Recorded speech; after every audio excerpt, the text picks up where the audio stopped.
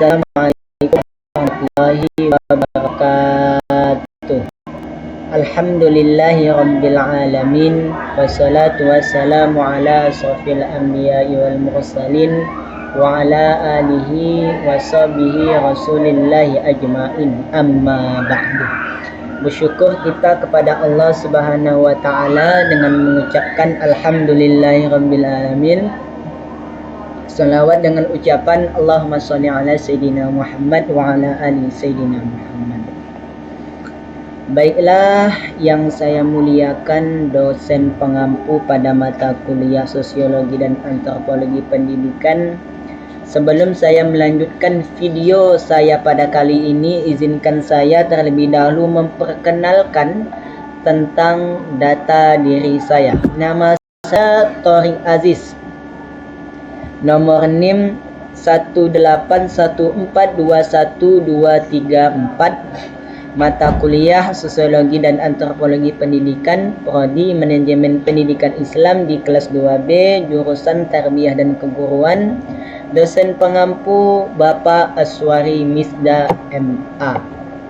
Baiklah, pada video kali ini saya akan menjelaskan materi Sosiologi dan Antropologi Pendidikan. Pada kali ini saya akan menjelaskan tentang dua materi, yakni yang pertama itu pendidikan sebagai kapital, yang kedua yaitu teori dan konsep kelas sebagai suatu sistem. Langsung saja saya menjelaskan sedikit tentang materi yang pertama, yakni pendidikan sebagai kapital. Apa itu kapital? Secara etimologis, kapital berasal dari kata kapital, yang akar katanya dari kata lain keput, berarti kepala. Adapun arti yang dapat dipahami adalah dana atau persediaan barang atau sejumlah uang dan bunga uang pinjaman. Kapital dalam kamus ilmiah berarti utama atau inti, sedangkan menurut pengertian ekonomi, kapital diidentikan dengan modal. Selanjutnya macam-macam pendidikan sebagai kapital. Itu ada 4. Yang pertama yakni pendidikan sebagai kapital manusia, yang kedua pendidikan sebagai kapital sosial, yang ketiga pendidikan sebagai kapital budaya, dan yang keempat pendidikan sebagai kapital simbolik. Oke, mungkin itu saja ringkasan saya pada materi yang pertama. Kita lanjutkan kepada materi yang kedua, yakni tentang teori dan konsep kelas sebagai suatu sistem. Pengertian kelas secara umum. Mungkin kelas merupakan sebuah kata yang umum kita dengar, sudah hal yang biasa dan tidak tabu lagi.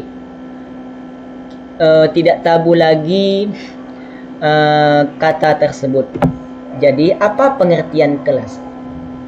Kelas dalam arti sempit yaitu ruang yang dibatasi oleh 4 dinding tempat sejumlah siswa yang berkumpul untuk mengikuti proses pembelajaran.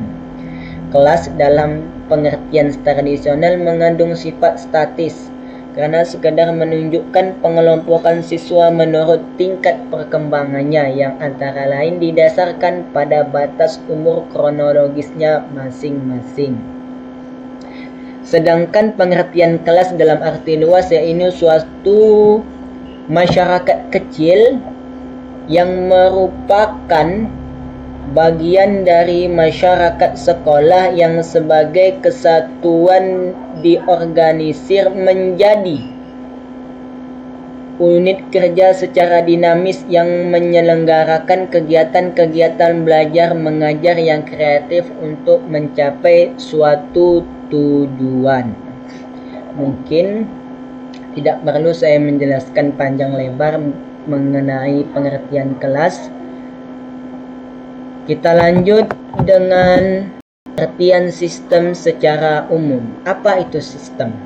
Sistem dapat diartikan sebagai satu kesatuan yang terdiri dari komponen atau subsistem yang tertata dan teratur, saling interaksi, saling ketergantungan satu dengan yang lainnya, dan tidak dapat dipisahkan untuk mewujudkan suatu tujuan. Contohnya, sistem komputer terdiri dari komponen hardware dan software. Sistem dapat juga didefinisikan sebagai suatu kumpulan atau himpunan dari unsur, komponen, atau variabel yang terorganisir, saling berinteraksi, saling tergantung satu sama lain, dan terpadu. Selanjutnya, pengertian sistem menurut pakar. Di sini saya mengambil dua pakar terkemuka. Yang pertama yakni Gordon B. Davis. Ia menyatakan bahwasanya sistem bisa berupa abstrak dan fasis. Sistem abstrak adalah susunan yang teratur dari gagasan atau konsepsi yang saling bergantung. Contohnya sistem teologi, susunan yang teratur dari gagasan tentang Tuhan, manusia, dan lain sebagainya. Sistem yang bersifat fisik adalah serangkaian unsur yang bekerja sama untuk mencapai suatu tujuan. Yang kedua, menurut Norman Lejeune, menyatakan suatu sistem dapat terdiri atas kegiatan-kegiatan yang berhubungan untuk mencapai tujuan perusahaan, seperti pengendalian inventaris atau penjadwalan produksi. Next, kita lanjut ciri-ciri sistem.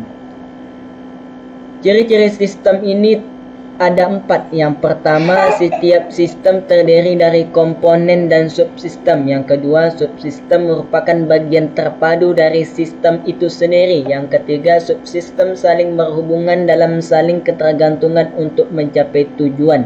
Dan yang keempat, suatu sistem merupakan bagian dari sistem yang lebih besar. Kita lanjut tentang teori kelas sebagai suatu sistem. Itu ada 2, yaitu pendekatan interaksi. Pendekatan interaksi ini terfokus pada 2, yaitu perilaku dominatif versus integratif.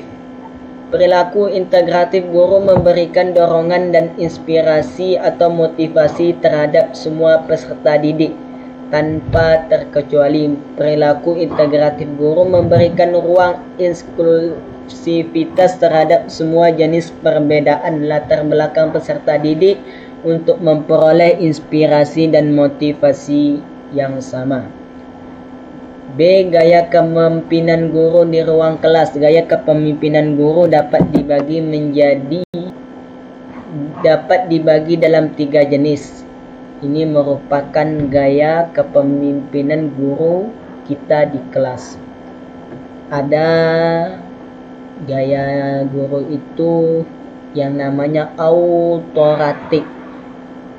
Gaya autoratik ini gaya kepemimpinan dicirikan dengan kepemimpinan yang otoriter, yaitu tidak memberi ruang bertukar pendapat. Ini merupakan gaya kepemimpinan seorang guru di kelas. Apakah kawan-kawan menjumpai guru seperti ini? Yang kedua yaitu gaya kepemimpinan demokratik. Gaya kepemimpinan demokratik ini dicirikan dengan kepemimpinan yang demokratis, yaitu adanya ruang bertukar pendapat melalui musyawarah. Ini merupakan gaya kepemimpinan seorang guru yang masih memberikan kesempatan kepada siswanya untuk mengeluarkan atau mengungkapkan mengungkapkan pendapat atau pandangannya. Selanjutnya yaitu gaya kepemimpinan guru laissez-faire. Gaya kepemimpinan ini dikarakteristikkan dengan kepemimpinan yang cuek dan ruang bertukar pendapat tidak diperlukan. Maksudnya peserta didik boleh melakukan apa saja apabila dia memandang sesuatu itu penting untuk dilakukan.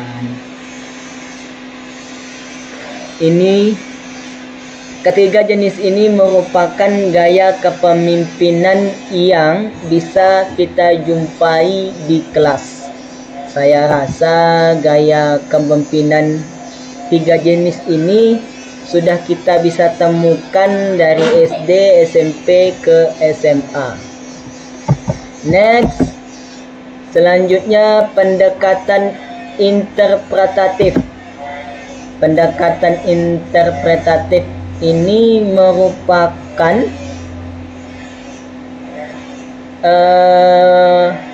proses interpretatif yang dipahami oleh W.L. Thomas sebagai definisi situasi.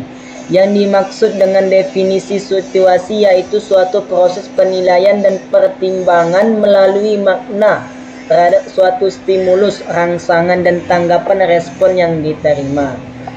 Contohnya, jika berada dalam situasi seperti di jalan, di pasar, atau di tempat kerja, pasti akan ada orang lewat berpas-pasan.